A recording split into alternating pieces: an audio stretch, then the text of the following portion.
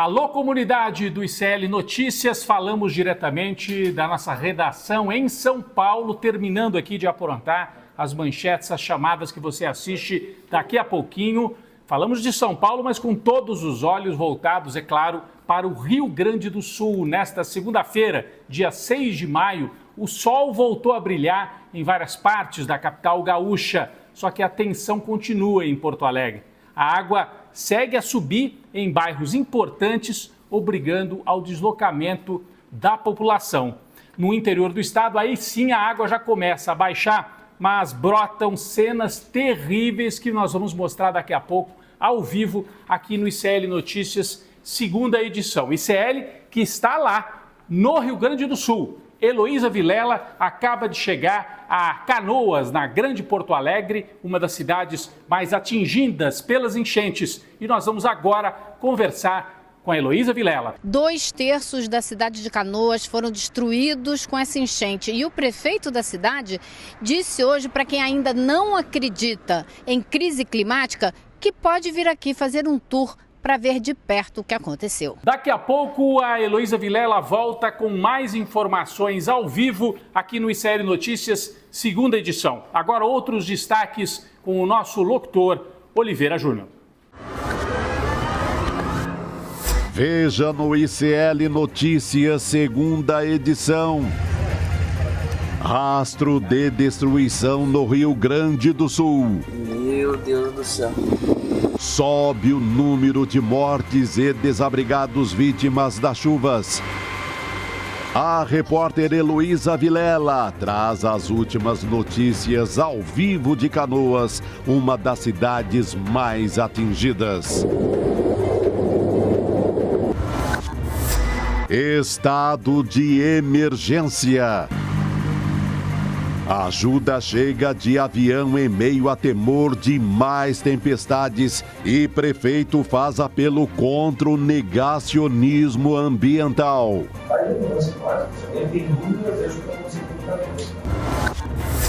Uma capital isolada.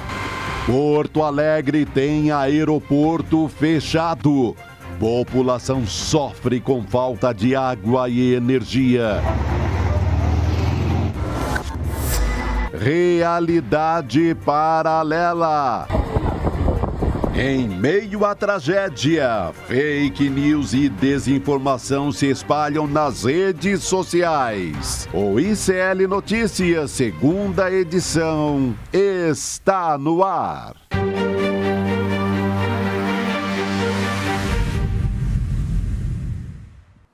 Boa noite, diretamente dos estúdios do ICL Notícias, segunda edição. Boa noite para você que está chegando agora. Boa noite, Chico Sá. Boa noite, Rodrigo Viana. Boa noite, Gabi. A gente traz mais destaques aqui nesse início de programa. Daqui a pouco a gente vai receber o nosso convidado Valério Pilar, que é professor titular do Departamento de Ecologia da URGS, para falar sobre agronegócio, meio ambiente e como tudo isso está relacionado com essas fortes chuvas e as tragédias que estão acontecendo no Rio Grande do Sul. O uso das fake news também como estratégia, a gente conversa com o André Graziano, da nossa equipe, e também Cacai, advogado criminalista. E tem uma história muito curiosa, Chico Sá, que é sobre a Madonna doando milhões para o Rio Grande do Sul. É verdade isso? Gabi, todos os portais deram essa notícia agora, Globo, Zero Hora e mais outros noticiários, né? Que ela teria doado 10 milhões. A doação teria sido feita ali na surdina, em segredo. Ela não queria tornar espetáculo a própria doação, depois daquele show realmente espetacular no Rio de Janeiro. Muito bem. Rodrigo Viana, a situação continua muito grave, né? Falta água, falta muita coisa, tudo. Pois é, Gabi, eu diria que nesse momento em Porto Alegre, claro, está faltando energia, está faltando internet em muitas regiões. Agora, o maior drama, e sem ela ninguém vive, e é quase que uma ironia, se não fosse uma tragédia completa, é que no meio das enchentes está faltando água. Água potável. Hoje o maior drama em Porto Alegre é a falta de abastecimento de água. Há muita doação sendo feita, muita gente de várias partes do Brasil se mobilizando, mas há um tempo para que esta água chegue até a capital gaúcha, principalmente onde há uma grande concentração, claro, de pessoas sem água potável. Várias estações de tratamento entraram em pane em Porto Alegre. Só tem 2 funcionando e, mesmo assim, em condições precárias, por causa da falta de energia e por causa da entrada de água suja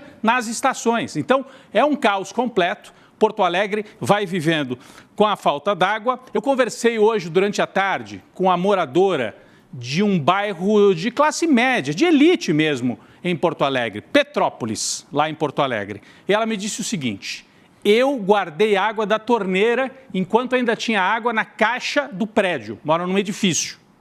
Tinha água na caixa do prédio, guardei um pouquinho para beber. É a única água que eu tenho. Por quê? Os supermercados em volta já não tem água. E eu estou falando de um bairro de elite, hein, gente? Estou falando de um bairro de elite. Supermercados em volta não tem mais água. A turma correu, Chico, e fez estoque, sem pensar no que poderia acontecer com os outros. Então, não tem água no supermercado. As caixas d'água já se esvaziaram. Ela disse, aqui no meu prédio não tem mais água. Não posso mais cozinhar. Estou guardando água da torneira, que guardei em umas garrafas, para beber. Não sei quanto tempo isso vai durar. E é um drama. Normalmente a gente via esse tipo de tragédia no litoral de São Paulo, na Serra Fluminense, em várias partes do Brasil, que atingia os pobres. Os ricos quase sempre moram em situação privilegiada, né? Onde enche muito nas baixadas, moram no alto. E onde desbarranca tudo, moram em situação mais tranquila. Dessa vez não tem salvação individual em Porto Alegre. A classe média está aprendendo a duras penas, vai estocar água, vai durar o quê? 5 dias, 6 dias, 7 dias? Não vai ter água na cidade. O prefeito de Porto Alegre deu entrevista agora há pouco para a Globo e disse, não tenho como garantir o abastecimento d'água. E quando chegarem esses galões que a gente está vendo que estão sendo doados, a aeronáutica está levando, o exército, tem gente se mobilizando de todo jeito. Quando chegarem, eles vão para os abrigos, certo? Vão para os abrigos, eu espero, né, Chico? Onde estão os mais necessitados. A classe média que está nos prédios e achou que ia se defender e tal, que estaria imune, vai ter que entrar na fila para buscar água. Porto Alegre vive um cenário de caos. Parece aquelas séries apocalípticas.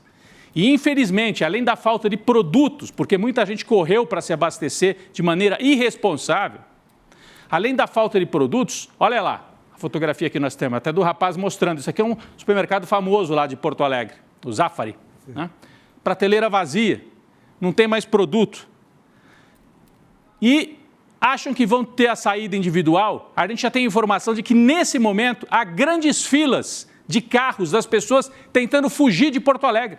Por causa disso, já estão sentindo que não vai ter água, não vai ter comida ou vai ter de uma forma caótica. Quem tem uma casa no litoral, em outro lugar, ou tem parentes, está correndo para onde puder. Daqui a pouco nós vamos mostrar, tem imagens de grandes congestionamentos da classe média, principalmente, tentando sair de Porto Alegre. É uma situação realmente bastante dramática, né? Eu conversei também com uma professora do Rio Grande do Sul, ela me dizia o seguinte, que lá, aqui, ó, essa imagem aí. Essa imagem é de agora há pouquinho, obrigado, a nossa equipe conseguiu, isso aqui chegou agora há pouco, feito por gente lá de Porto Alegre, mostrando os grandes congestionamentos agora no final da tarde para sair da cidade. Então é uma cidade isolada, onde inclusive o aeroporto, a gente tem a imagem também, as fotografias do aeroporto, olha isso, gente, do saguão do aeroporto de Porto Alegre. Pelo menos até o fim de maio, ele não deve voltar a operar.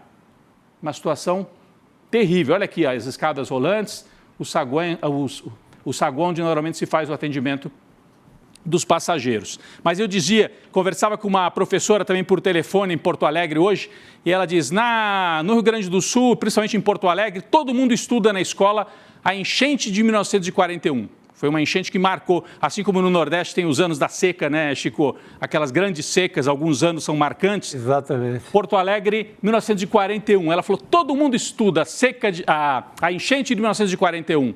Aí ela me disse o seguinte, a enchente de 2024 provavelmente ninguém vai estudar. Sabe por quê? Porque daqui 2, 3 anos vai ter outra. Aí, as pessoas estão se preparando para uma situação em que esta enchente de 2024 pode não ter sido a pior. se não se fizer nada, se não se mudar a maneira de ocupar o solo. Porto Alegre tem uma situação geográfica muito complicada, depois nós vamos tratar disso, vamos conversar com um entrevistado que vem justamente, né, Gabi, falar disso, de como é que Porto Alegre e o estado do Rio Grande do Sul sofrem muito, até pela posição também geográfica. Olha, na tarde de hoje, mais 2 bairros centrais, históricos ali, perto inclusive do Parque da Redenção, começaram a encher. Apesar da chuva ter parado, hoje foi até um dia de algum sol em Porto Alegre, mas os bairros Menino Deus e a Cidade Baixa tiveram água subindo rapidamente. Por quê? A estação de bombeamento que cuida desta região aqui entrou em pane. A prefeitura disse que teve que desligar porque havia risco de incêndio. Então, nos 2 bairros, hoje foram vistas as pessoas, quem pôde ainda, quem tem carro alto, colocou as coisas no carro e saiu. Menino Deus e Cidade Baixa. Cidade Baixa é ali ao lado da Redenção, do Parque Farroupilha, parque famoso ali, que as pessoas frequentam em Porto Alegre. Então, é uma situação que vai se espalhando por toda a cidade. Já não é mais o centro histórico, já não é mais uma ou outra região ali na beira do rio. Vários e vários bairros vão sendo atingidos por esta cheia. O rio está mais ou menos estabilizado, mas estabilizado num nível muito alto. E as estações de bombeamento vão entrando em pane. Diga, Gabi. Não, e vai demorar ainda para baixar totalmente essa água. Vai demorar. Tem gente falando em 10 dias. Tem gente falando em 10 dias para baixar a água que atinge Porto Alegre. Bom, estamos falando bastante da capital. No interior do estado, começam a surgir algumas cenas realmente terríveis também. O pessoal que volta à região do campo, a água baixa. E aí, olha só esta cena. Aqui, olha, pela estrada, os porcos que morreram afogados, né? Morreram na enchente. Você falou em séries apocalípticas, isso é uma cena... Isso é uma cena seriado apocalíptica. Né? Parece cena de seriado apocalíptico. Aqui são corpos e corpos de porcos que foram deixados, claro, as pessoas fugiram e morreram. Estão ali abandonados. Agora, você imagina, depois para recolher tudo isso, Gabi, e as doenças que vão vir, né? As doenças, até você conseguir recompor. Bom, recompor os rebanhos, não sei nem por onde essa turma vai começar, né? Mas recompor a própria condição de viver nessa área, né? Tem que recolher esses corpos. E às vezes era todo o capital que uma pequena propriedade investia ali nos porcos, não tem mais nada. Se perdeu tudo na enchente. Tanto que o Rio Grande do Sul também declarou situação de emergência em saúde, né? Porque saúde. Agora, doenças respiratórias, leptospirose, né, arboviroses, é um risco muito grande. Olha isso, Gabi, essa cena aqui, gente. Se puder voltar aqui para o telão, olha. E eu via também, isso aqui, cena... Olha, é uma propriedade inteira em que os porcos morreram afogados. É uma cena horrível. Aquela região ali... no Vale do Taquari, que tem as 2 cidades, Estrela de um lado, agora me fala o nome da outra, a Lajeado. Lajeado e Estrela. Aquela ponte, hoje conseguiram restabelecer a passagem de pedestres e ambulâncias, né? A ponte está muito precária, mas começa a se restabelecer ali algum tipo de ligação. Uma situação muito, muito complicada. Então a gente tem o interior do estado, Vale do Taquari e outras regiões do estado atingidas, a capital Porto Alegre, Canoas, a cidade de Guaíba, a cidade de Eldorado, essas todas ali na Grande Porto Alegre. E pela constituição geográfica, vai chegar problema também, vai ter problema também em 2 cidades importantes na Lagoa dos Patos, Pelotas e Rio Grande. A gente tem um mapa aqui para entender melhor, olha. A gente mostrou esse mapa outro dia aqui, né? Vários rios aqui no interior do Rio Grande do Sul acabam desaguando aqui no Lago Guaíba. As pessoas chamam de rio, mas ele é um lago. Guaíba. Porto Alegre fica bem na beira do Guaíba.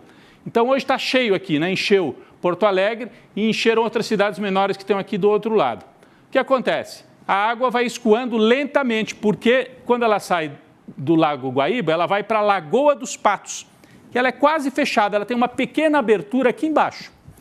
Quando a maré está alta ou o vento está batendo, o vento sul, não deixa a água escoar e ela vai se acumulando. E aonde que ela vai se acumular? Em 2 cidades ficam aqui embaixo na Lagoa dos Patos, Pelotas e Rio Grande, 2 cidades importantes, né, do estado também. Então, essa constituição geográfica, quer dizer, não é um rio, não é que nem Montevidéu, Buenos Aires, que o rio, né, cai direto ali no oceano. Aqui cai primeiro num lago, depois numa lagoa, para depois ir para o oceano. É lento o processo e isso faz com que a água se acumule e vá invadindo outras cidades também. A gente tem uma imagem de Pelotas, né, alguns bairros de Pelotas já sofrendo com a invasão das águas. Se puder colocar aqui, olha, isso é em Pelotas hoje. Então, também já tem enchente na cidade de Pelotas. É uma tragédia que vai atingindo todo o estado do Rio Grande do Sul. Daqui a pouquinho nós vamos ao vivo para Canoas, que acho que é a cidade mais atingida na grande Porto Alegre. Mas antes de passar para Canoas, onde está a Heloísa Vilela, a gente tem aqui a atualização, os últimos números divulgados pelo governo do estado. Então, subiu o número de mortos para 83. E olha, quem está lá no estado diz que vai ser, infelizmente, muito mais do que isso. Tem vários, enfim, dezenas de desaparecidos, pessoas que não conseguiram escapar, não foram localizadas ainda. Então, 83 mortes, 111 desaparecidos, 364 municípios afetados, quase 130 mil desalojados em todo o estado. Então, esse é o balanço Rio Grande do Sul em estado de calamidade pública, o balanço divulgado hoje, Gabi e Chico. É muito triste, para dizer o mínimo, né, Rodrigo? Essa situação, a gente acompanha o drama dessas famílias, dos desaparecidos, né, e também das vítimas durante essa tragédia. Inclusive, você estava falando agora há pouco, né, Rodrigo, sobre como estava Porto Alegre hoje. Eu vou pedir mais uma vez para a gente colocar essas imagens aqui. Muita gente querendo sair da cidade, né? Eu vou pedir para a nossa produção colocar aqui na tela essas imagens. Olha só, muita gente tentando deixar a cidade, né, já que a gente tem o aeroporto sem funcionar, vai ficar até o final do mês, assim. Então, de fato, muita gente está tentando deixar a cidade. A gente vai, como o Rodrigo adiantou, conversar com a Heloísa Vilela na cidade de Canoas, no Rio Grande do Sul, que é uma das mais atingidas pelas enchentes. A prefeitura, inclusive, está avaliando que 2/3 da cidade está embaixo d'água e tem mais previsão de chuva na quarta-feira. Portanto, depois de amanhã, a Heloísa Vilela está lá, ela acompanhou as doações entregues pelo governo federal e também o envio de profissionais, né, do SUS para atender a região, para dar um apoio para a população nesse momento. E ela acompanha também a situação das pessoas atingidas por essa tragédia. A Heloísa já está com a gente. Vamos chamar aí. Aí, Elo. Boa noite, Elo. Boa noite, pessoal. Pois é, a situação aqui, para vocês terem uma ideia, eu desembarquei aqui na base aérea de Canoas hoje de manhã e a primeira coisa que eu notei, não tinha água no banheiro da base aérea, para você ter uma ideia do tamanho do problema. E isso é uma constante na maior parte da cidade. E eu fui agora no fim da tarde em um dos pontos onde vários voluntários estão usando jet ski, barco, para ainda entrar no bairro que foi mais afetado aqui, que é o maior bairro da cidade, é o bairro também onde mora uma porcentagem muito grande da população mais humilde e tem um outro complicador que tem disputa de facção, de tráfico de drogas.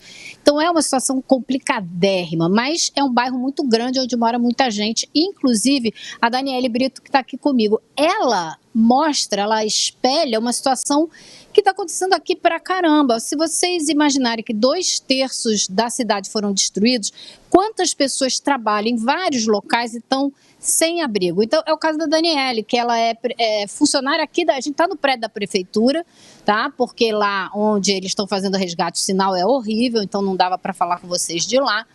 Mas a gente foi lá e hoje foi a primeira vez que ela voltou lá, né, Daniele? A casa dela ficou toda, quase toda coberta, a gente mandou uma foto aí, e ela foi lá hoje ver, foi duríssimo, né, Daniele? Mas ela continua aqui trabalhando, né? Sim, hoje foi a primeira vez que eu retornei lá ao bairro, porque na semana passada nós começamos a comunicar, eu trabalho aqui na comunicação da Prefeitura de Canoas, nós começamos a comunicar as pessoas para evacuarem, para saírem das suas casas. Muitas, infelizmente, não acreditaram, acharam que não seria algo tão grave assim, né? Consegui conscientizar meus pais, eles saíram cedo, saíram na sexta-feira, então quando eu saí de lá ainda estava seco e eu não consegui mais retornar, né? E hoje foi a primeira vez acompanhando a Heloísa lá. E a cena é muito, muito, muito triste, muito, muito cruel, porque eu falo como uma canoense. Eu nasci nessa cidade, eu me criei, eu digo assim, a minha vida toda é no bairro Matias Velho, então tu olhar para lá, tu vê escola que tu estudou, tu vê posto de saúde, o próprio comércio que tu vai todo dia, aquele mercadinho que tu vai ali para comprar alguma coisa, padaria que tu pega um pão. E não tem mais nada disso, sabe? Então a cena é muito triste. E aí, junto com isso, as pessoas também te demandando muito, te perguntando muito, tu tentando ajudar dentro do possível. Aqui eu tenho colegas que... Bom, a Heloísa viu que tinha um colega meu que ele também ficou sem roupa. Ele estava hoje com uma bermuda e um chinelo de dedo aqui trabalhando. E as pessoas nos perguntando, você tem que fazer algo. Só que a gente também está tentando emocionalmente, eu digo assim, fisicamente, emocionalmente, nos estruturarmos para ajudar. Que nem ontem, quando eu soube que tu viria para cá, eu me dispus dentro do possível a, né, receber vocês e falei da realidade, porque eu acho importante vocês também saberem, tá difícil, vai ser difícil para trabalhar, tô sendo muito sincera, porque às vezes o pessoal chega aqui e é isso, é problema às vezes de conseguir uma conexão, que nem ali no bairro tá muito ruim o sinal, horrível o sinal ali de internet, então... É mais do que isso, né, Daniele? Assim, é difícil para tomar banho, não tem como tomar banho, é difícil de comer, é difícil de água potável, então realmente tá faltando tudo aqui e as pessoas estão muito nervosas porque não entendem, como que não fizeram mais, mas é um momento de uma emergência como a cidade nunca passou, né? Não, nunca passamos assim, aqui em Canoas a cheia mesmo que teve foi em 1941, eu até brinco, meus pais, nem meus pais ainda estavam aqui, e que foram feitos os diques, então os diques foram criados baseados nessa cheia, e pensa, essa água ela ultrapassou esses diques, né? Então ninguém esperava por isso. Aconteceu às vezes de encher da água de é boca de lobo entupida, coisa assim, e encher um pouquinho de água, digamos assim, de molhar os pés, não de ficar, né, tudo certo. Então realmente não está sendo horrível, porque nós estamos aqui com os bairros, o bairro São Luís, bairro Matias Velho, Harmonia, Mato Grande, Fátima, Rio Branco, que estão atingidos, e tem esse risco também no bairro Niterói, que é próximo ao Rio Gravataí, que faz a divisa aqui de Canoas com Porto Alegre, e agora ainda, infelizmente também Porto Alegre, várias áreas ali também já estão sendo, né, o pessoal está evacuando, então vocês pensam assim, Porto Alegre, região metropolitana, está praticamente inviável de se locomover, é o eixo principal aqui da região, né, porque as cidades se interligam, inclusive pelo trem, nós não estamos tendo funcionamento do Transurb, então o pessoal de Canoas não está conseguindo ir para Porto Alegre, de Porto Alegre também está tendo essa dificuldade de vir para Canoas, e fora de outras cidades ali, que São Leopoldo também está horrível, está praticamente que nem aqui em Canoas, Novo Hamburgo também está muito complicado, porque tem toda essa questão que aqui nós estamos numa área mais baixa. Aqui, Porto Alegre e região metropolitana são as áreas mais baixas do estado, então toda a água que vem da região ali da Serra e tudo mais acaba, né, desaguando aqui e acaba ficando mais tempo represada. Então essa água, a perspectiva é que demore praticamente um mês ou mais aí, né? Era isso que eu ia te perguntar, que o prefeito falou hoje, olha o prazo que ele deu para essa água escoar, gente, fala pra gente. O prefeito comentou hoje um prazo de 45 a 60 dias para essa água baixar, então, né, vai um tempo ainda, porque tem toda uma questão, o que acontece, que nem no bairro Matias Velho, depois que a água baixar e ficar no nível ali dos diques, como que a água que está abaixo desse nível vai sair, né, porque ele vai ter que pensar em formas de voltarem as bombas, né, porque daí o que aconteceu, as bombas estão submersas, né, as casas de bombas estão submersas, então pensar em estratégias, enfim, para bombear essa água que vai estar acumulada, então tá sendo bem, assim, é bem difícil tudo. Ou seja, né, ainda tem um longo caminho pela frente. Agora, como eu falei para vocês, a Daniele, ela estava aqui trabalhando enquanto esperava para entrar ao vivo com a gente e ela tem uma porção de coisa para fazer ainda.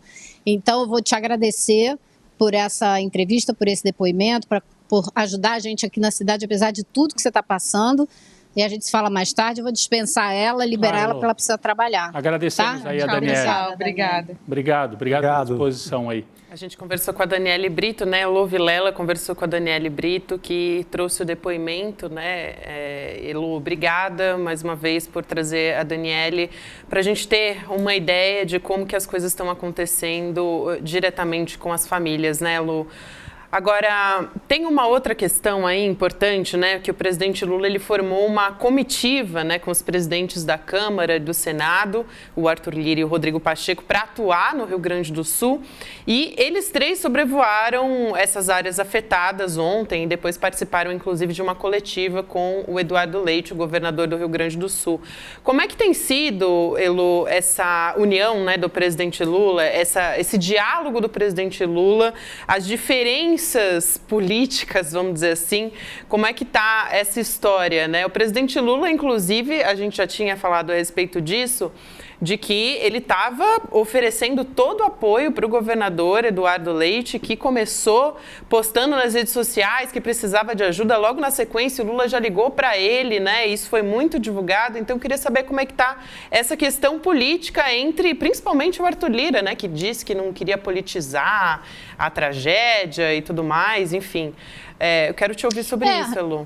Eu acho que o presidente Lula deixou muito claro, porque primeiro ele veio com vários ministros, né? Envolveu aí 7, 8 ministros na primeira viagem que fez. E na segunda ele fez questão de trazer os outros poderes, para não deixar dúvida para ninguém que essa tragédia aqui que o Rio Grande do Sul está enfrentando é um problema do país inteiro e que todo mundo vai ter que fazer a sua parte para tirar o Rio Grande do Sul dessa situação. O prefeito aqui de Canoas hoje falou: eu não quero saber de que partido é o governador do estado, o presidente da República, eu falo com todo mundo, a gente tem que conversar com todo mundo porque a gente tem que resolver o problema das pessoas aqui de Canoas e do Rio Grande do Sul.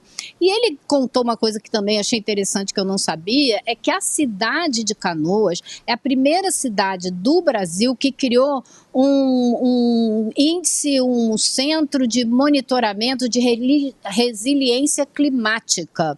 Porque eu perguntei para ele, mas como é que vai ser isso, né? Assim, o senhor está falando da importância da crise climática, mas parece que tem muita gente que até hoje nega. Ele deu uma resposta muito boa, que eu acho que a gente pode ouvir, e continuou no assunto, depois a gente pode continuar, mas acho que a gente tem essa fala dele aí que eu achei muito pertinente. Vamos ouvir essa fala, então. Ainda não temos? Ainda não temos. Posso aproveitar, então, pode, e pedir? A Heloísa, a gente acompanhou a presença dela em Gaza, uma zona de guerra, né? Há pouco tempo. Né? Não foi fácil chegar em Gaza, não, na Cisjordânia. Eu queria saber como é que foi a chegada aí, Elô, assim, a sua primeira impressão, né? O que você viu, se você conseguiu ver alguma coisa quando sobrevoou, você chegou no avião da FAB, né? Que é o avião que está conseguindo chegar. Conta pra gente, assim, a primeira impressão, a sua chegada, o que você viu, assim, essas primeiras horas aí no solo no Rio Grande do Sul. Na sequência, Elô, temos as imagens, tá? Então depois você pode chamar de novo e a gente vai colocar aqui. Tá, então, eu vim no avião da FAB e eu, da janela, já fiz algumas imagens, porque realmente você começa a chegar aqui perto de Canoas e você começa a ver um monte de áreas alagadas com aquela água muito barrenta, né, muito escura. Dá para ver que alguns bairros realmente ficaram totalmente debaixo d'água. E tem uma divisão aqui da BR, né, e da linha do trem.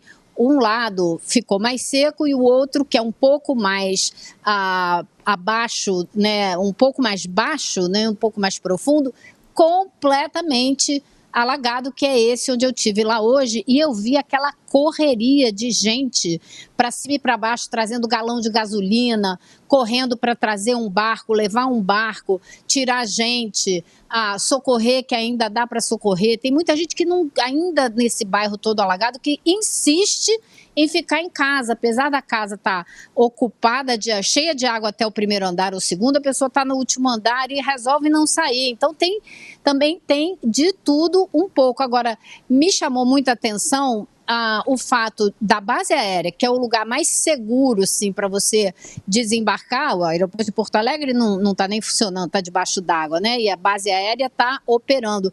Tinha muita gente lá na base aérea, procurando voo para sair. Então, esses voos da FAB que vêm trazendo mantimentos, doações de roupa, de calçados, como eu vi, 20 toneladas hoje disso tudo, eles deixam as coisas aqui e pegam essas pessoas e levam embora. Então, muita gente aproveitando para sair, fugindo daqui para São Paulo, para o Rio, para fugir dessa confusão aqui da melhor maneira possível. Agora, me chamou a atenção também a turma que estava dentro do aeroporto. Eu vim com um grupo grande da Força Nacional do SUS, que faz um trabalho incrível e que veio para cá justamente para formar equipes de médicos e enfermeiros. Cada equipe tem pelo menos um médico e um enfermeiro. Tem também o pessoal que dá assistência psicológica.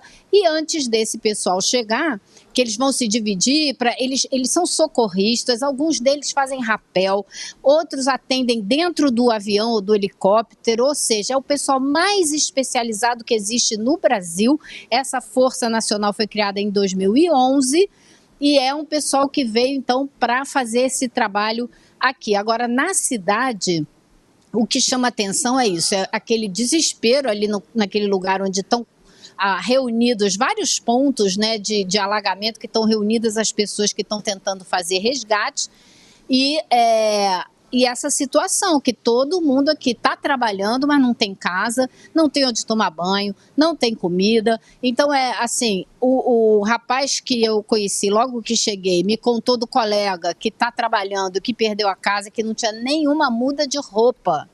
Nenhuma muda de roupa para trocar. Então, Heloísa, eu não sei se você tem retorno, né? Porque eu sei que as condições, às vezes, ao vivo... Não estou vendo. Você não está vendo. Mas é a escada, enfim, o pessoal chegando, me parece que essa brigada do SUS, essa brigada do SUS que você descrevia agora. Então, algumas dessas imagens que nós estamos vendo agora na tela foram feitas pela Heloísa Vilela. Olha aí, o pessoal chegando lá em Canoas, né?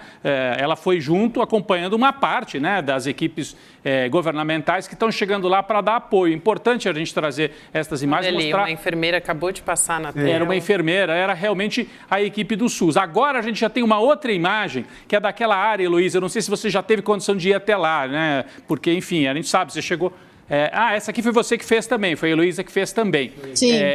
Dos barcos, né? Aquela região onde chegam jet skis, os barcos que estão ainda trazendo gente que está lá no meio da cidade, às vezes ilhada em cima dos telhados. Virou uma espécie de um porto, só que é um porto no meio da rua, né, Elô? Se você puder descrever esse lugar para a gente... Exatamente. Você vem da via principal, que é a BR, e você vira nessa rua, ela tem uma ponte, e quando você começa a descer a ponte para entrar no bairro, que deveria ser uma rua de asfalto, você vê essa lagoa que virou o bairro inteiro. E as pessoas estão na beiradinha dessa água, entrando e saindo de jet ski, de barco, eu vi barco em cima de carro, indo para lá. Assim, as cenas são realmente impressionantes. Vi gente se jogar nessa água aí hoje também para ir tirar da água uma senhora que estava ali, enfim. Então, são essas cenas aí que vocês estão vendo. Isso tudo continua acontecendo. Chico. Ô Elô, tomara que toda essa história, né, sirva ao Arthur Lira, ao Pacheco, na volta a Brasília, na hora das votações importantes, ligadas a causas do meio ambiente, como desmatamento, como as questões indígenas, tomara que eles tenham levado esse ensinamento para Brasília e parem com o negacionismo deles e das bancadas de extrema-direita, ou até mesmo da chamada direita conservadora. Não adianta chorar lágrimas em Porto Alegre, em Canoas, e voltar para Brasília pautando aquelas votações para acabar com tudo, para destruir a Amazônia, para acabar com o meio ambiente. Né? Eu espero que essa turma tenha aprendido com essa visita a essa tragédia. Eu acho que é fundamental, porque a gente precisa dar uma resposta. Como eu estava conversando com o prefeito aqui hoje, né? Não adianta um município se organizar para ter um índice de resiliência climática, o Brasil inteiro e o mundo inteiro, de fato, precisam se organizar para responder a esse problema da crise climática, Exato. né? E eu acho que a gente devia parar de considerar uma vitória quando a gente tem uma redução do índice de desmatamento. Vitória só vai ser quando a gente tiver um bom índice de reflorestamento, sabe? Exato. A gente tem que começar a contar isso de outra maneira. Perfeito. Perfeito, Elo. A Heloísa bem. tinha falado daquela hora do prefeito, né? Não sei se ela... Acho que está no ponto A agora. gente tem agora O prefeito de esse áudio Canoas, do né, Elo? prefeito de Canoas falando... Isso. Vamos ouvir, então. O que tem que acabar, eu vejo essas polarizações em tudo, né? Inclusive da questão climática, se a mudança climática não fosse algo real, né? Tá aí a mudança climática. Se alguém tem dúvida, veja o que aconteceu com o Canoas, né? O maior exemplo disso, uma cidade destruída aí, né? Quem projetaria isso? Quem acreditaria nisso? Nós, há uma semana atrás, nos reuníssemos aqui, quem ia acreditar que aconteceria o que nós estamos vivendo hoje em dia? Bom, para quem está nos acompanhando somente por áudio, né, eu recomendo que possa voltar, mas dando um resumo aqui, porque a gente legendou essa imagem do prefeito de Canoas dando uma declaração para a imprensa, mas basicamente ele estava respondendo a respeito da questão climática, né? Quem poderia imaginar que a gente estaria vivendo uma tragédia como essa? E ele falou, chuvas intensas, né, Rodrigo? Não, e ele disse assim, se alguém quiser continuar na negação climática, eu sugiro que venha até aqui e veja o que está acontecendo aqui em Canoas. Esse prefeito é um prefeito do PSD, não é isso, Elô? Jairo PSD. Jorge, PSD. Enfim, é um prefeito... Exatamente. Exatamente. Ele falou isso. Vem fazer um tour aqui. Quem ainda fica nesse negacionismo climático, vem fazer um tour aqui na minha cidade. Eu achei que ele estava assim, coberto de razão, porque não tem condição mais, né, de alguém ainda negar a crise climática. Não tem condição, Elo, não tem condição. Inclusive, conversei com o professor Carlos Nobre hoje, que é um dos maiores climatólogos do país, e ele fala a respeito disso. A entrevista vai ao ar amanhã às 10h30 da manhã.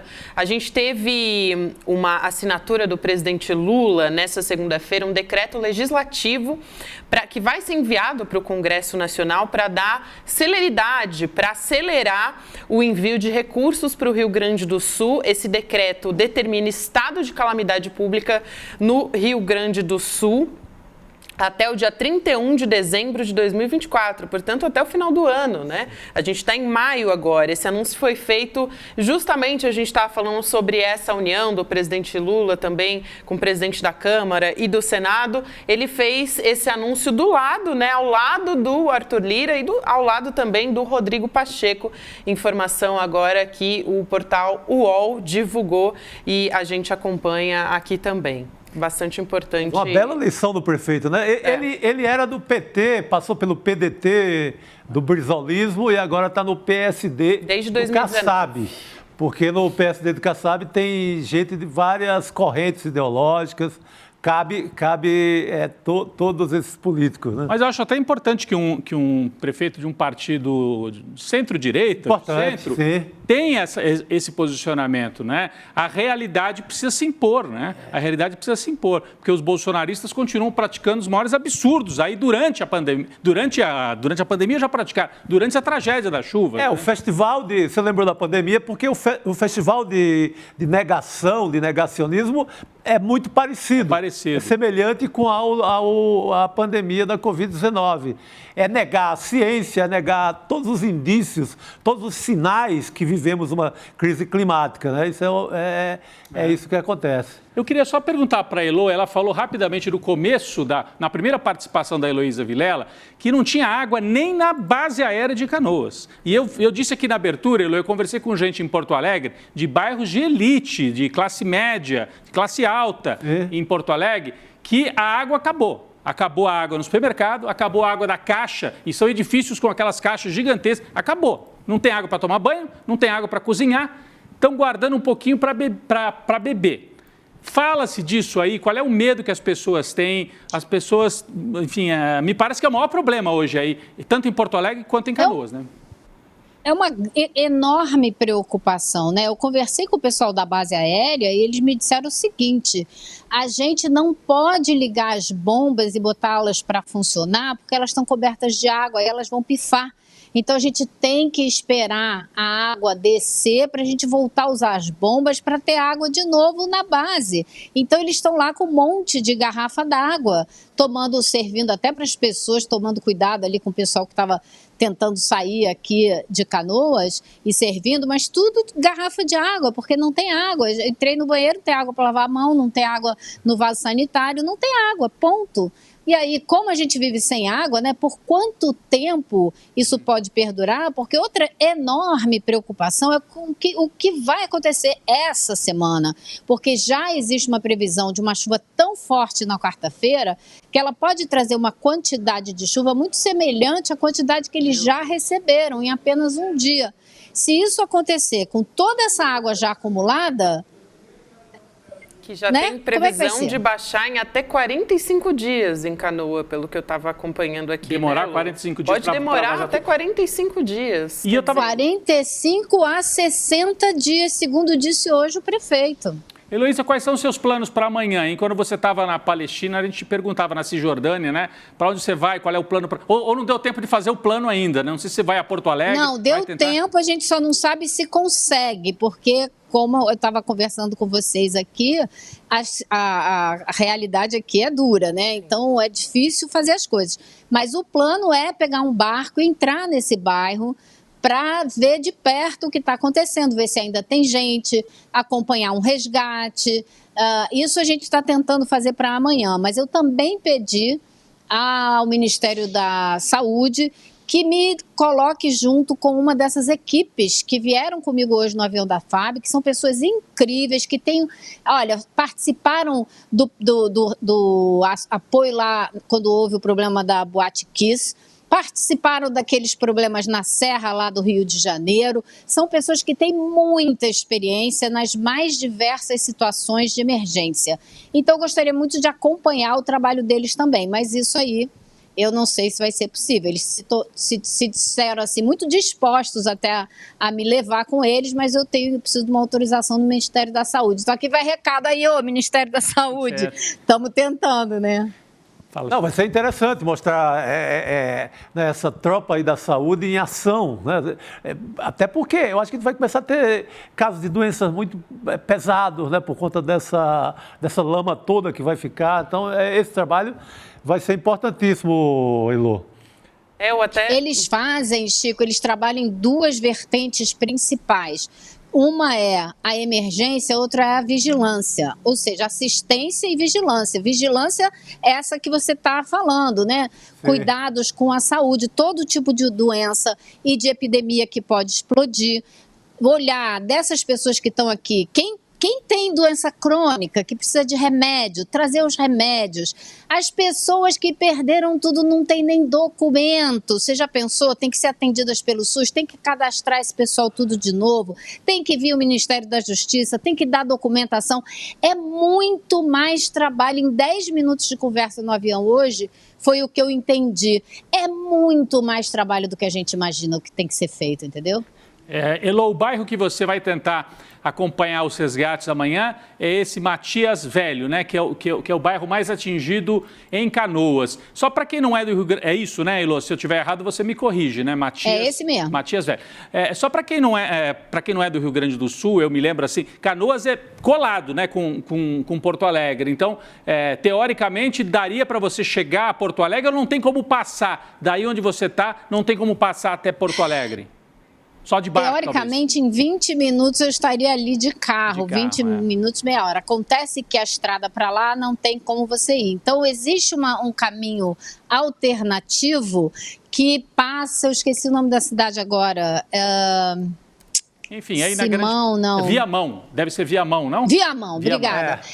E aí você leva 2 horas e meia, 3 horas. Entendeu? Bom, você dá uma volta enorme, tem muito trânsito, porque tem muita gente tentando fugir de onde está. Então, existe essa possibilidade, se não melhorar nada nos próximos dias. A informação que a Elô acaba de nos trazer, a gente já tinha aqui, mas lá do Rio Grande do Sul, previsão de muita chuva, no volume que já choveu na semana passada. Gente, com esse acúmulo que já está ali, vai ser uma situação bastante complicada aí para esse povo que, enfim, está em abrigos, está espalhado aí por por toda a... Agora, muita gente deixando Porto Alegre mesmo, e tem muita gente de Porto Alegre, de Canoas, do Rio Grande, a cidade que você citou, contando um pouco aqui no nosso chat, contando a situação. Você citou o Rio Grande no começo? Rio Grande. E o William Santos fala que o local que você mostrou já foi tomado pelas águas. É no sul da Lagoa dos Patos, então é para onde a água está escoando, viu, Elo? A gente mostrou aqui no começo, Heloísa, o mapa, aí de Porto Alegre, da Grande Porto Alegre, a água escoa e vai lá para Rio Grande e Pelota. Então, estão dizendo que a água já chegou a Rio Grande também. De Rio Grande relatando. E a Marlene Santana, ela conta que os familiares, ela mora em São Paulo, os familiares dela de Porto Alegre estão vindo para a casa dela em São Paulo. É o que está acontecendo muito porque as pessoas vão disputar, daqui a pouco vão disputar... espaço, né? Não disputar Arena do alguma Grêmio, coisa que sobrou no supermercado ou então irão submeter, como toda a população, as filas para recebimento de água, de alimentos, etc. Mas até mesmo estrutura também, Chico. Por exemplo, a arena lá do Grêmio, que tem desabrigados já, que já tem pessoas lá, ela não está mais comportando gente. Então já tem que mandar para outros lugares. Quer dizer, as pessoas também estão com esse problema, né, para ter um lugar para ficar. A arena do Grêmio com o gramado completamente tomado pela água, a do Inter mais ainda, né, porque fica na beira do rio, como o nome já diz, né? Então, e os centros de treinamento, enfim, a cidade toda, né? E a gente dizia, Heloísa, mas eu não sei se você conseguiu acompanhar, que a Cidade Baixa em Porto Alegre também foi invadida pela água, era um bairro que ainda não tinha sido inundado, e Menino Deus, que é outro bairro importante ali na região central de Porto Alegre. Enquanto a gente assiste, para quem está nos acompanhando, imagens feitas agora há pouco pela Heloísa Vilela, quando chegava a Canoas com equipes da área de saúde, chegando para o atendimento lá na base aérea de Canoas, que é o único lugar onde os aviões estão conseguindo pousar, né, Gabi, Heloísa e Chico? Lembrando que o aeroporto, propriamente, o Salgado Filho, em Porto Alegre, esse está debaixo d'água também. Então, o lugar por onde conseguem chegar os aviões é a base aérea de Canoas, que é por onde a Heloísa chegou. Olha essas imagens, meu Deus. Que é justamente um dos mais atingidos também. Exatamente. Gente... E a grande preocupação, pessoal, é que com essa chuva que vem aí, Porto Alegre pode enfrentar uma situação muito pior, porque a água que não escoou vai se somar que vem aí.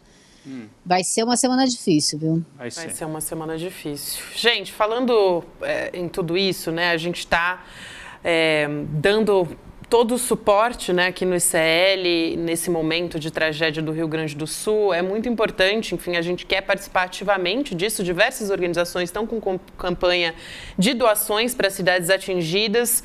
As pessoas estão precisando do básico, o Elô estava relatando aqui, a gente também. Itens de higiene, água, alimentos. Então, Eduardo Moreira lançou o chamado hoje pela manhã, ao vivo, na primeira edição do ICL Notícias. O projeto que a gente vai se somar para participar ativamente é o Cozinha Solidária, que é uma ação do Movimento dos Trabalhadores Sem Teto para levar comida a quem está precisando. Então, se você quiser ajudar, é muito importante agora, você entra no site da campanha e faz a sua contribuição. A doação pode ser por Pix também, por e-mail, enchentes@apoia.se, que é o Apoia-se, né? Então, enchentes@apoia.se. E a gente tem também, né, o nosso apoia.se/enchente. É que agora trocou a tarde aqui, justamente quando eu estava lendo. Mas você pode fazer aí, apoia.se/enchentesrs. Também você pode fazer a sua doação e apoiar, né, com marmitas, enfim, vocês podem ajudar a levar comida para essas pessoas que estão precisando. A gente vai seguir aqui conversando a respeito disso, tentando entender também toda a relação dessa tragédia do Rio Grande do Sul com as ações humanas, né? Não é de hoje, tem especialistas alertando a respeito do aquecimento global já há muito tempo. A gente vai falar sobre essa relação com as ações humanas com o Valério Pilar, que é professor titular do Departamento de Ecologia da Universidade Federal do Rio Grande do Sul. Professor, obrigada por aceitar nosso convite. Seja muito bem-vindo ao ICL Notícias, segunda edição. Professor, está nos ouvindo? Estou ouvindo, sim. Você está ouvindo. Obrigado pela oportunidade. Eu preciso enquadrar aqui, eu não estou conseguindo enquadrar adequadamente. É para o outro lado, professor. Que difícil. Agora sim. Agora sim, tá. Ouvimos e tivemos muito bem, professor. Sim. Sobre essa questão que tu estavas falando há pouco, né? Em 2007 já tínhamos o relatório do IPCC, que já alertava as sociedades no mundo todo sobre a necessidade de promover medidas de adaptação às mudanças climáticas. Não só a mitigação, que é, enfim, a redução das emissões para que o clima não mude tanto, mas sabendo que, apesar dessas medidas de mitigação para reduzir as emissões, o clima já, naquela época, já estava mudando, já havia previsão, né, de que mudaria, e agora é evidente que já está mudando, que havia necessidade da sociedade se organizarem para que os impactos dessas mudanças não fossem tão danosos. Então, todas as sociedades deveriam ter se mobilizado para fazer isso. E o que fez o Estado do Rio Grande do Sul? Vamos, então, analisar de lá para cá o que nós tivemos em termos de legislação ambiental no Rio Grande do Sul. Para vocês terem uma ideia, em 2012 nós tivemos a Lei Federal, né, de Proteção da Vegetação Nativa, em que estabeleceu que aquilo que já estava no Código Florestal, algumas questões foram ampliadas. Por exemplo, ficou claro que todos os campos nativos, independente de ter floresta ou não, todos os campos, todas as áreas não florestais também têm que serem protegidas por reservas legais, por áreas de preservação permanente. Não há distinção na lei federal. O que aconteceu no Rio Grande do Sul? Em 2015, houve um decreto estadual, já no governo do Ivo Sartori, que estabeleceu que proprietários poderiam declarar no cadastro ambiental rural as áreas de campo nativo que estivessem sob uso pastoril. Isso são praticamente todas as áreas privadas, estão sob uso pastoril, as áreas de campo nativo, poderiam declará-las como área rural de uso consolidado, por supressão de vegetação nativa, o que é um absurdo. Do ponto de vista científico, técnico, não se sustenta. As áreas de campo nativo sob uso pastoril são as mais bem conservadas, ou seja, o uso pastoril para produção pecuária sobre campo nativo no sul do Brasil é benéfico para a conservação da biodiversidade. É uma atividade que é a vocação para esses campos, para essa região campestre, do bioma pampa sobretudo, e dos campos de altitude aqui no Rio Grande do Sul. E foi isso. De lá para cá, houve um afrouxamento da legislação, uma tentativa concreta, e aqui no Rio Grande do Sul praticamente não há reservas legais nas áreas de campo do bioma pampa, porque os proprietários seguiram o que determinou esse decreto estadual, que houve uma ação pública civil que teve uma liminar que determinou que o governo do estado não poderia aceitar declarações no cadastro ambiental rural que tivessem esse tipo de declaração de área rural consolidada sobre remanescentes de campo nativo. O que fez o governo do estado? Simplesmente descumpriu essa decisão judicial. E pior, colocou aquilo que estava no decreto, colocou no Código Estadual do Meio Ambiente, aprovado em 2019, que, além de outras medidas de enfraquecimento da legislação ambiental aqui no estado, estabeleceu essa categoria esdrúxula de área rural consolidada por supressão por uso pastoril da vegetação nativa. Agora, professor... Que é um absurdo. Professor, é um prazer tê-lo aqui ao vivo, é o Sim. Rodrigo Viana falando. Fala, Gabi. Posso só informar para o pessoal que está nos acompanhando que a Heloísa Vilela, ela foi continuar trabalhando ali na região de Canoas, por isso que ela não está mais aqui na tela com a gente. Amanhã de manhã ela volta com informações a respeito da tragédia no Rio Grande do Sul. Porque é uma situação assim, as coisas acontecem rápido, ela teve que sair para ir atrás de alguma informação. Mas eu ia perguntar, professor, para a gente que está aqui distante, querendo muito entender, qual é a explicação para essa quantidade de chuva absurda? é esse uso inadequado do campo, como o senhor começava a explicar aí, né, com a possibilidade de derrubar e destruir o bioma pampa, né, como o senhor explicava, que é importantíssimo aí na região sul, no Rio Grande do Sul especificamente? Ou é algo mais estrutural, que tem a ver com a Amazônia, com a mudança do regime de chuvas que vem da Amazônia e que, por algum motivo, está se concentrando fortemente no sul, enquanto em outras áreas a gente tem seca, né? A gente vê no interior de São Paulo cada vez mais seco. E então, o que explica mais? O uso inadequado do campo, com a derrubada do bioma, ou essa questão mais estrutural com as chuvas da Amazônia provocadas, ou enfim, pela Amazônia, que mudaram, o regime de chuvas mudou? Não, o excesso de chuvas faz parte das mudanças climáticas globais. O ano passado foi o ano em que os oceanos tiveram máximos de temperatura, recordes de temperatura. Então, esse excesso de chuva, não só aqui, em outras partes do mundo, faz parte dessas mudanças que estão sendo previstas há décadas.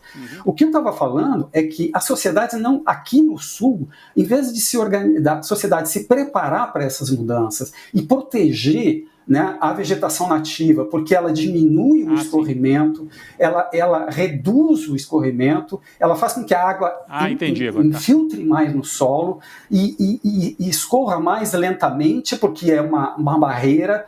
A mesma coisa nas beiras de rio, né, as áreas de preservação permanente, né, infelizmente a lei de 2012 não determinou que as áreas teriam que ser restauradas, porque dependendo do tamanho da propriedade, basta proteger 5 metros na beira de um rio, isso não faz nada, não protege a barranca do rio, a beira do rio. Então, as catástrofes que nós temos tido nos últimos anos, elas se agravam em função do uso do solo. Né? Em função desse afrouxamento e desse não cumprimento da legislação ambiental no que tange à proteção, né, das áreas de preservação permanente e da reserva legal. Professor, hoje a deputada federal pelo PSOL do Rio Grande do Sul, a Fernanda Melchiona, ela deu uma entrevista para o ICL Notícias Primeira Edição e ela falou em negacionismo climático, né? Que tem o negacionismo climático e tem o negacionismo neoliberal. Eu vou pedir para a gente colocar esse vídeo aqui e, na sequência, vou devolver para o senhor para a gente poder comentar. Vamos assistir. O negacionismo climático, que a gente sabe que é a extrema-direita, que diz que não tem aquecimento global, Trump, bolsonarismo, etc., né? Não, é invenção da esquerda, do globalismo mundial, vocês sabem, esse discurso perverso para aumentar o grau de exploração, espoliação ambiental, flexibilizar ainda mais as leis, e o negacionismo neoliberal, que reconhece, não, tal, aquecimento global, etc., etc., mas que não investe na prevenção, não investe na defesa civil, não investe nos serviços públicos, ao contrário, privatiza esses serviços públicos que são não necessários em momentos como esse tão sucateados, e, mais do que isso, fazem e votam leis para ampliar a flexibilização de leis ambientais e a devastação. Inclusive, um meteorologista negacionista já foi ouvido numa audiência do Senado. Eu quero ouvir o senhor a respeito disso, professor, porque a gente está num ponto, eu já ouvi, por exemplo, o professor da USP, Carlos Nobre, dizendo que a gente está num ponto de não retorno em relação ao aquecimento global. Né? Que geração, né, a gente está deixando para essas crianças que estão aí? Quero te ouvir a respeito disso, mas em paralelo a esse momento que a gente está vivendo, né, de ter que ter políticas públicas para que essas pessoas sobrevivam a esse aquecimento global, né, a esses eventos extremos climáticos, a gente tem até parlamentares, inclusive, defendendo, né, fake news, dizendo que o aquecimento global não existe. Então, além de ter que ter políticas públicas específicas para isso, ainda tem que combater mentiras, como se a gente não estivesse vivendo uma situação gravíssima. Então, eu quero ouvir o senhor a respeito da gravidade do negacionismo climático e como é que a gente combate essa situação na realidade de hoje. É evidente que o negacionismo climático, ao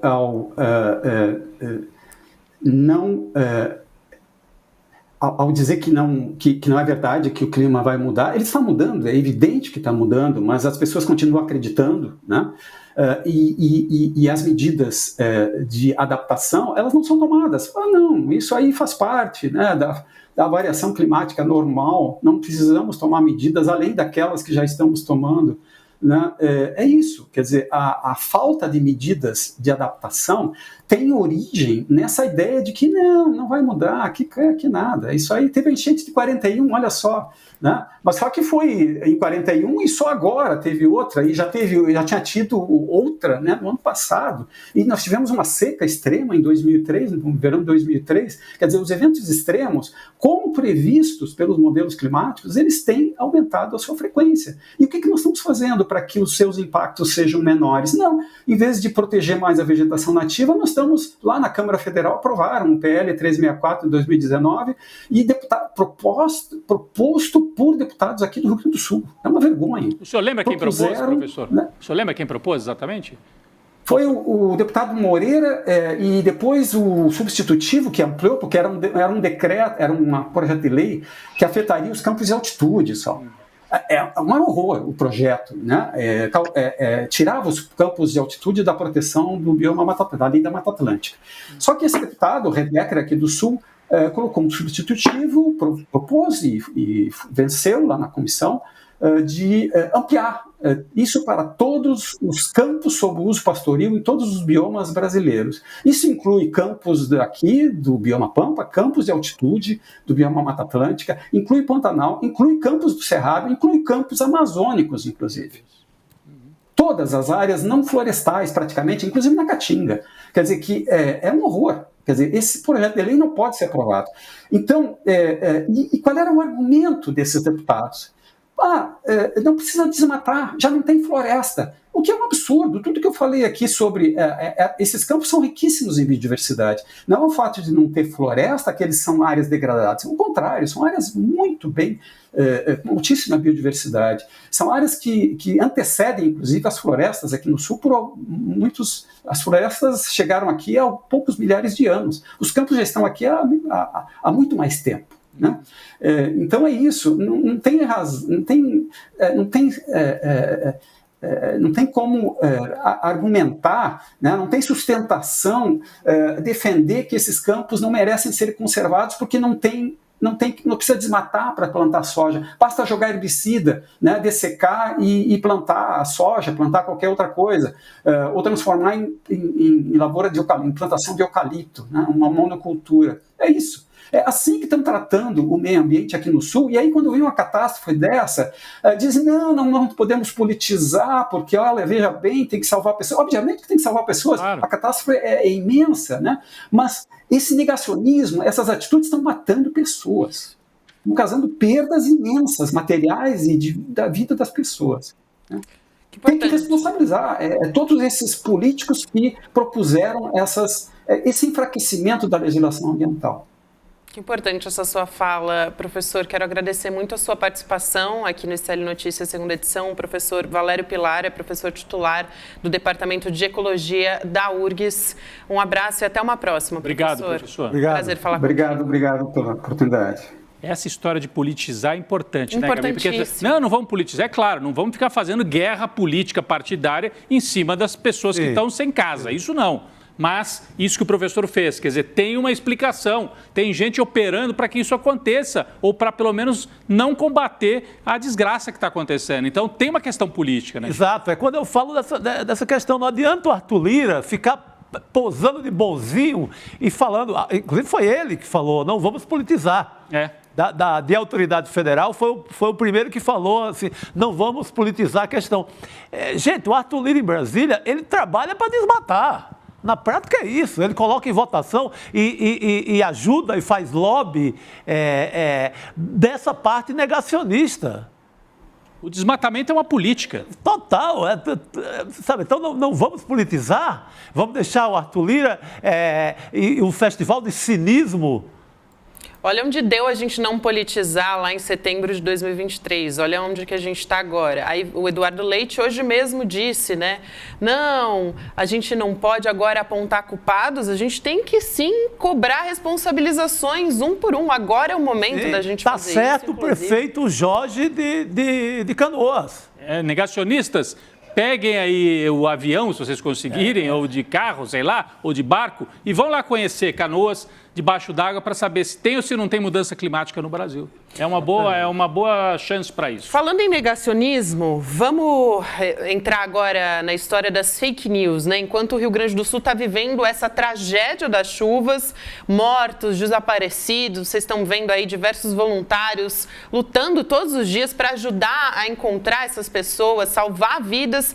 Tá rolando muita desinformação, como sempre, né? Isso acaba acontecendo, o uso político, inclusive, das fake news nas redes sociais. Uma dessas notícias mentirosas é de que o governo do Rio Grande do Sul resolveu multar os barqueiros que ajudam nos resgates. Olha só essa história, que inclusive informação que foi desmentida oficialmente pelo governo.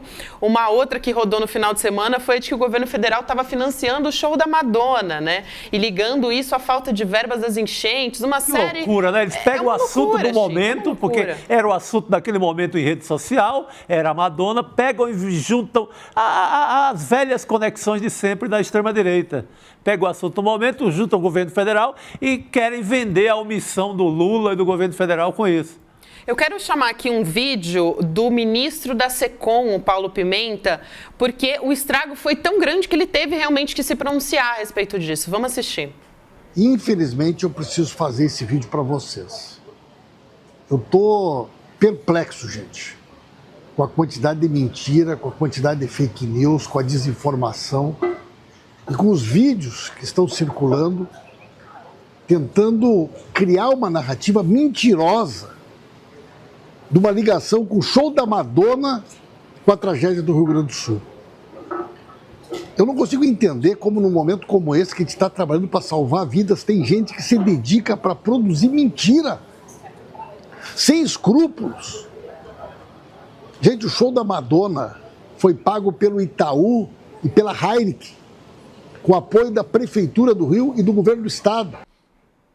A gente vai chamar aqui o André Graziano, que é da nossa equipe do ICL Notícias, inclusive está sempre nas nossas redes sociais e de olho nas redes sociais em geral, acompanhando essas fake news.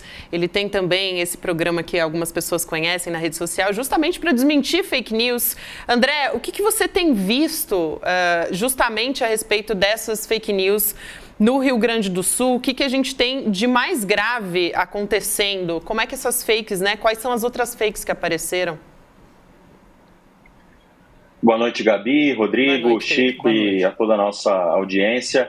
É uma coisa muito comum que acontece sempre em situações de tragédia ou que causam grande comoção social, como é o caso agora da tragédia no Rio Grande do Sul, é a proliferação de desinformação que explora, de fato, essa comoção para se propagar como rastilho de pólvora, né? A desinformação, ela tem uma capacidade de se propagar muito mais forte do que a informação de verdade, que inclusive dá trabalho para ser apurada, para ser checada, e por isso o jornalismo está sempre correndo atrás e talvez perdendo essa batalha para desinformação. Uma das mentiras, como você falou, Gabi, como você mencionou, em relação à multa a voluntários que, sem habilitação, estariam pilotando embarcações, ou lanchas, ou motos aquáticas, enfim. E o governo do Rio Grande do Sul, inclusive, emitiu uma nota afirmando que essa informação não é verdadeira, que não está sendo exigida habilitação desses pilotos que estão atuando como voluntários e que eles não estão sendo nem impedidos de pilotar essas embarcações e nem multados por isso. Ou seja, tanto o jornalismo quanto o poder público correndo atrás da desinformação para tentar esclarecer a população. Uma outra desinformação que tem circulado também é que caminhões com mantimentos, com doações a caminho das áreas atingidas, estariam sendo parados pela polícia do Rio Grande do Sul e simplesmente impedidos de continuar a circular porque eles não teriam recolhido impostos. E há pessoas com muita relevância nas redes sociais propagando esse tipo de coisa. Por exemplo, o coach Pablo Marçal é um dos que propagaram, gravou um vídeo dizendo que havia tido essa informação de que um caminhão com mantimentos foi impedido de circular por causa da falta de recolhimento de impostos, né? E isso levou, mais uma vez, as autoridades tendo que, além de lidar com a tragédia, tendo que lidar com a desinformação. O secretário da Casa Civil do Rio Grande do Sul gravou um vídeo, o Arthur Lemos gravou um vídeo para desmentir essa informação e disse que não, que esses caminhões não estão sendo impedidos de circular. A gente tem um vídeo, André. É isso, vamos assistir, por favor. Fake news. Nesse momento difícil que estamos passando aqui no Rio Grande do Sul, passo aqui para dizer que é fake, é informação, que estão sendo retidas as doações, impostos para a cobrança de impostos. Não estão. As doações estão passando isentas, não há nenhuma cobrança de impostos. Agora, é um absurdo, né? Esse Pablo Marçal é o cara que levou gente lá pro alto de uma montanha e depois tiveram que resgatar, porque ele disse que iam subir na montanha e tal. Já fez um monte de barbaridade. Exatamente. Né? Ganha muito dinheiro com isso, inclusive. Ele fatura em cima dessas mentiras, né? Agora, imagina... Esse é o ponto. Não, desculpa, Chico, sobre faturamento, esse é o ponto principal. Porque gera engajamento e gera dinheiro, né? Exatamente. Nesse momento, imagina o cara que fala, que propaga que o barco, sem autorização, sem documento, não pode salvar alguém. Cara, ele está matando alguém. Está matando. Mas está gerando engajamento na rede dele para ficar maior e pagar mais dinheiro. Ele está ajudando a tragédia a ser maior. Absurdo. Esse é o cara que tinha que ser preso. São duas coisas aí. Preso em flagrante. E dois pontos que levam, né, a essa situação que favorece a propagação da desinformação. Sempre é uma notícia, é uma característica muito comum de fake news, que é um termo que foi muito politizado, né? Então, mas que é um termo que de fato conversa com as pessoas. Desinformação é uma coisa muito técnica, né? É pura e simplesmente como as pessoas conhecem a fake news. A fake news, ela gera engajamento, né? E isso gera dinheiro, o conteúdo monetizado. Essas pessoas dependem disso, além de divulgar a própria imagem baseado na desinformação, divulga o conteúdo e as redes sociais pagam por isso. Ou parte das redes sociais paga por isso, e também tem a disputa política, né? Porque além de conquistar dinheiro, você conquista com a desinformação mentes e corações, né? Dentro dessa arena da disputa política, quando você é um ator político e ouve Eduardo Bolsonaro propagando desinformação, o próprio Pablo Marçal é um ator político também, tentou ser candidato à presidência da República e há quem diga que pode ser novamente candidato agora, ou tentar ser novamente candidato agora à Prefeitura de São Paulo. Ele lucra politicamente com isso, não é só financeiramente, é politicamente também, porque existe uma disputa política e quando você aponta para o seu adversário dizendo que ele está cometendo qualquer barbaridade que gera uma comoção, gera engajamento em cima disso, você lucra duas vezes, financeira e politicamente também, né? Quero aproveitar para dizer que quem deu corda para essa fake news da multa para os barqueiros foi o Eduardo Bolsonaro, né? Ele tuitou a respeito disso. A gente tem aqui as imagens, né, do tweet que ele fez. Ele diz o seguinte: sério mesmo que tem corpo de bebê boiando, a autoridade exigindo documentação para o povo pilotar bote de resgate? Alguém me diz que isso não é verdade. Bom, isso não é verdade. Não é verdade. Mas olha o truque, olha o truque. É o truque. Sabe, olha o truque irresponsável desse que se diz deputado, né? Não, e assim, uma outra coisa que ele espalhou, o André, e aí é uma outra característica. Às vezes é mentira pura e simples, né? E às vezes é uma meia-verdade. Então você mostra uma imagem que é verdadeira e tira uma conclusão completamente equivocada. Por exemplo, Eduardo Bolsonaro disse assim: olha aí, o Lula só foi para Porto Alegre 5, 6 dias depois. A primeira vez que ele foi ao Sul, ele foi para Santa Maria. Sabe por quê? Porque é a terra do Paulo Pimenta, e é mesmo. Isso ele tem razão. O Paulo Pimenta é um deputado com base eleitoral em Santa Maria. Acontece que quando o Lula foi a primeira vez, Santa Maria era o epicentro, era a maior cidade mais atingida, porque não tinha chegado ainda em Porto Alegre o problema. Então o Lula foi a Santa Maria, depois ele foi a Porto Alegre. Mas então ajuda a criar essa confusão, joga, e aí como é que você desmente isso? E mais uma vez a responsabilidade de um deputado federal ir às redes sociais, né? Onde é que está a comissão de ética, né, nessa história? Porque um deputado federal que vai às redes sociais e diz: alguém me diga que isso é mentira. Senhor deputado, o senhor, como um funcionário, né, do Congresso Nacional, deveria fazer essa checagem antes de publicar nas redes sociais. Porque essa imagem vai viralizar nos WhatsApps bolsonaristas, enfim, um monte de gente vai achar que isso é verdade. Então, assim, não existe isso. É isso que você falou, né, Chico? É um recurso, é um método para espalhar as fake news. Apostando na desinformação, né? A aposta dele é essa. Isso. Agora, olha, não está tirando... Tem voluntário pra caramba, as pessoas continuam lá com seus barcos. Sim. Eu acho que dessa vez, assim, a impressão que eu tenho, não quero me enganar, mas eu estou vendo as coisas aqui, né? A realidade está se impondo. Porque primeiro diz assim, não, é bobagem essa coisa do clima. E aí cai um dilúvio e Porto Alegre está debaixo d'água. E o estado inteiro do Rio Grande do Sul. A gente tem imagens agora, André, da Lagoa dos Patos, de uma cidade menor na Lagoa dos Patos. É impressionante, a água já entrando, avançando pela Lagoa dos Patos, vai chegar lá Rio Grande, Pelota, já chegou, e cidades menores sendo arrastadas pelas águas. Então, a realidade se impõe, a realidade está se impondo. Não adianta falar, não, isso é bobagem. Que bobagem? Assim, o Estado está destruído, não tem aeroporto, não tem rodoviária, não tem água, não tem comida, as pessoas estão fugindo. Parece uma cena de série apocalíptica. Né? Então, nesse caso, está se impondo. E no caso dos barcos, as pessoas estão indo lá, estão ajudando, ninguém está sendo impedido de ajudar. Então, eu acho que a realidade está se impondo nesse caso. Mas é algo gravíssimo, a gente tem que lidar com tudo ao mesmo tempo. E o que está ficando muito patente também, Gabi e Rodrigo, Graziano, é que quem é político de verdade, que numa hora dessa aparece para a luta, para fazer comida, para colocar a mão na massa, o pé na lama, tá ficando muito evidente também para a população do Rio Grande do Sul, né? E eu falo isso pensando exatamente no senador Mourão. Cadê ele? Senador paraquedista, né? Eleito ali no embalo do bolsonarismo, numa hora dessa desaparece. Sumiu. Não tem ação concreta, não tem emendas para resolver problemas do Rio Grande do Sul, não tem nada. É um senador quase de ficção. E Partido Novo e MBL, que se mobilizam para espalhar um monte de notícia, no mínimo duvidosa nas redes, estão organizando Cozinha Solidária? Eu não vi. Nada, zero. Então, massa... Mas sabe quem tá, Rodrigo? MST e MTST estão organizados. É isso. E a gente aqui no ICL também. O ICL apoiando também as cozinhas solidárias, é isso.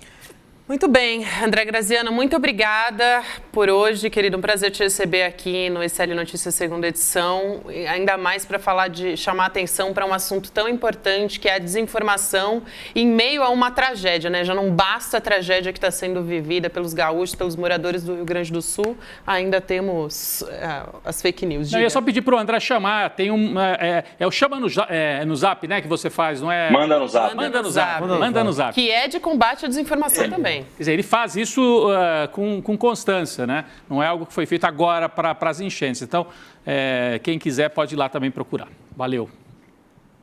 Obrigado, gente. Até mais. Valeu. Até mais. Querido. Bom, a gente vai falar agora com o Cacai, continuar falando a respeito da desinformação. Ele que vem conversar com a gente agora, porque como cidadão, né, a gente estava conversando aqui, como é que você recebe uma notícia, né, de fake news, em desinformação, em meio a uma tragédia? Como é que você faz para checar, enfim? E no meio jurídico, né? O que se pode fazer? Eu estava agora mesmo falando do Eduardo Bolsonaro, né, Cacai? Boa noite para você.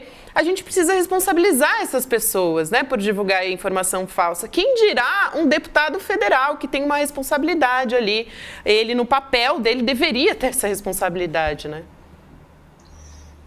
Boa noite, Gabi, Rodrigo, Chico. Uma alegria mais uma vez estar aqui com vocês. Olha, chega a ser deprimente, né? Assim, o número de fake news que nós vimos desde que começou essa tragédia no Sul é algo que atenta contra a humanidade mesmo. Assim, eu fico muito impressionado. E você coloca uma coisa interessante, Gabi, que é como responsabilizar essas pessoas que fazem isso, como bem falou agora o André, fazem isso para ganhar dinheiro, fazem isso para ganhar projeção política, falam com um grupo específico. Isso que o Eduardo Bolsonaro fez aqui é uma coisa criminosa. Você fala em comissão de ética da Câmara, a comissão de ética da Câmara não funciona, não vai nem sequer tratar desse assunto. Na verdade, criminalmente, é extremamente delicado você poder fazer imputações. Porque nós, advogados, especialmente nós advogados criminais, nós temos uma preocupação muito grande de poder fazer uma tipificação muito exata daquilo que vem a gerar um processo penal em cima de alguém. Neste caso específico da fake news, dada a gravidade das coisas, que você imagina o seguinte, o país inteiro, o mundo inteiro, de certa forma, está solidário com o que está acontecendo no Sul. Né? A gente nunca viu, talvez, uma tragédia com essa dimensão numa cidade tão grande como Porto Alegre e tantas outras ali. E as pessoas fazendo essas fake news que, se tiver uma interpretação rigorosa de alguns tipos criminais, as pessoas poderão ser responsabilizadas. Por exemplo, aquele fato específico que você se referiu, Gabi, de ter tentativa de impedir que os bots cheguem para salvamento, né? Existe, claro que não é uma questão fácil, mas existe, por exemplo, um tipo contra a segurança do transporte fluvial. Existe um tipo penal, artigo 261, que qualquer ato que tenha a impedir ou dificultar a navegação marítima ou fluvial, de pena altíssima, de reclusão de 2 a 5 anos. De certa forma, uma fake news dessa está sim fazendo com que a pessoa impeça de pegar um bote e salvar alguém. É fácil fazer essa interpretação? Não é fácil. Eu diria que se não fosse numa situação tão dramática, Chico, como a que nós estamos vivendo no Sul, e você me perguntasse isso 10 dias atrás, eu ia dizer, não pode, não dá para fazer essa interpretação para responsabilizar. Mas acho que nós estamos numa guerra, nós estamos num momento gravíssimo. Então você tem algumas outras questões que também, eu diria que é uma interpretação elástica, que eu só faria num momento desse, atentado contra a segurança de serviço de utilidade pública. Nós temos várias vezes as fake news que impedem de funcionar o serviço de utilidade pública. As mais diversas, como vocês falaram aí, como nós estamos vendo no dia a dia. Se você tem um deputado que faz uma fake news, como essa que vocês acabaram de mostrar e de ler, que de certa forma desmobiliza o cidadão. O cidadão está querendo participar, e aí fica querendo, não, mas eu não posso participar, não quero doar, porque a doação vai ficar retida por não pagamento de imposto, ou então eu não posso participar, porque, por exemplo, eu fiz uma gravação a pedido de alguns professores lá do Sul, e em muito pouco tempo tinha mais de 600 mil reais já depositado. Os professores me agradeceram mandando o meu, até mandei para vocês, para ver se vocês doavam alguma coisa também. E o mais impressionante é que agora existe Pix falso de gente querendo se aproveitar. Isso é cruel. É óbvio. É cruel. Por isso é que eu digo que, num momento como esse, olha, eu sou um advogado garantista, eu não gosto de falar nunca em interpretação mais extensa para poder transformar e chegar ao ponto de dizer que a tal colação fez crime, mas, por exemplo, eu estava conversando agora com o meu sócio Marcelo Turbay, que é professor, e ele dizendo, Cacá, e até mesmo crime de omissão de socorro na modalidade de participação por induzimento. Sim. Eu, sinceramente, se não fosse no momento deste que nós estamos vivendo, eu não defenderia isso, mas há que se interpretar assim.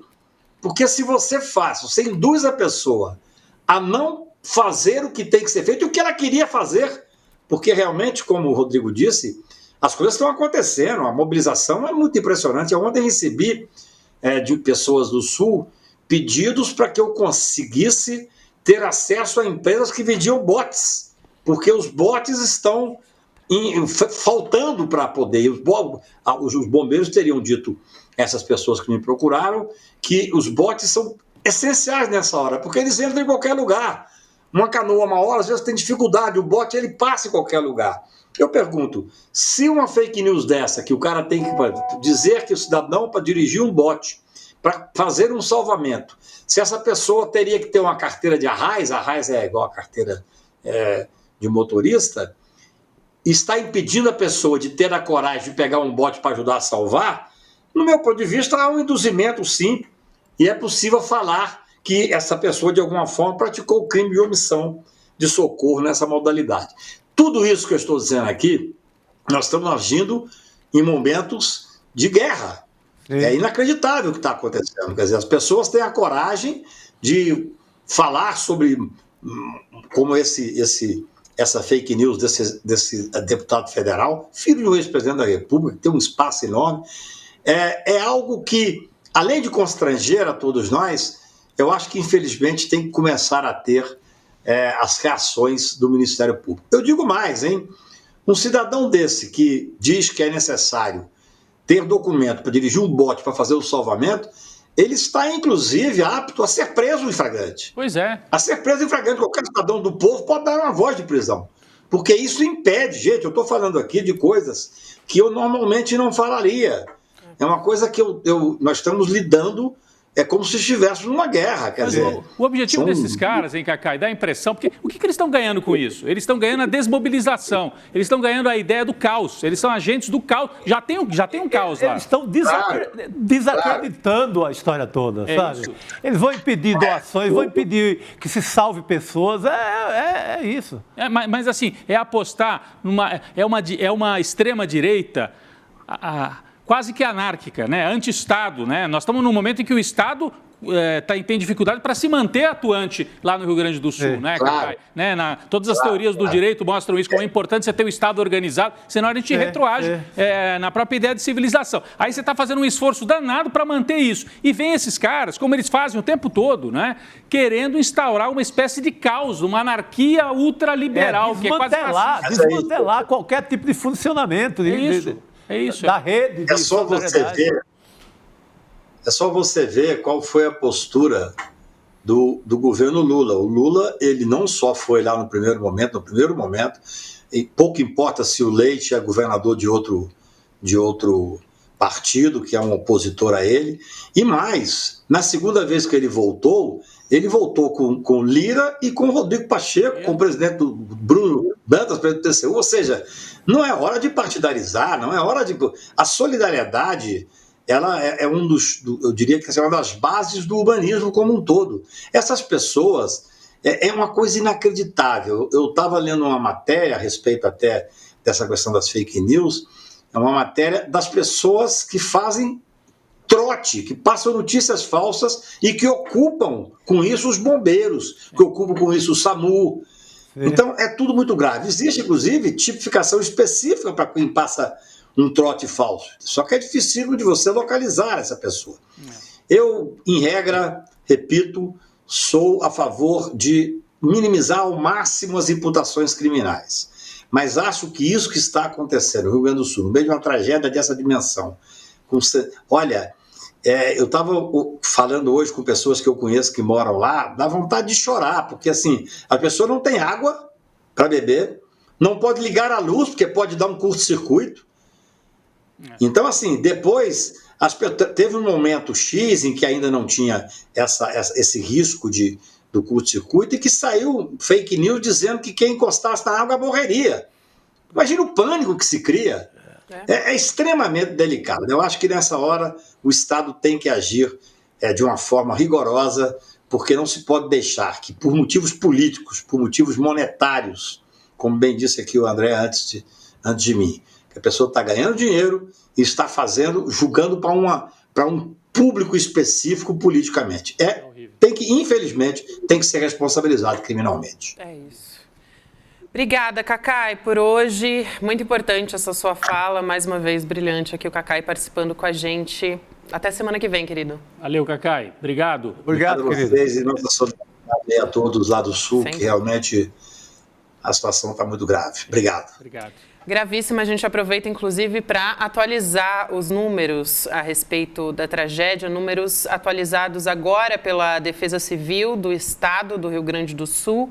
A gente tem agora, subiu o número de mortos para 85, 134 pessoas estão desaparecidas, a gente tem 385 municípios afetados e mais de 153 mil desalojados nesse momento, são as informações que a gente teve agora, Rodrigo. E outra atualização importante de agora a pouquinho, a Prefeitura de Porto Alegre decretou racionamento de água oficialmente. Eu comecei falando que o maior drama dessa segunda-feira decretado, né? É a falta de água. Então, 85% da população sem acesso à água. De 6 estações de tratamento lá em Porto Alegre, 5 foram desligadas. A última delas foi desligada hoje, que foi essa que acabou gerando o inundamento do bairro Menino Deus e da Cidade Baixa. Então, só uma estação funcionando com a capacidade reduzida, não tem água para tomar banho, não tem água para cozinhar. Quem tem água em casa está aguardando para beber. É a situação em que as pessoas estão, mesmo nos bairros que não estão inundados. Essa que é a situação.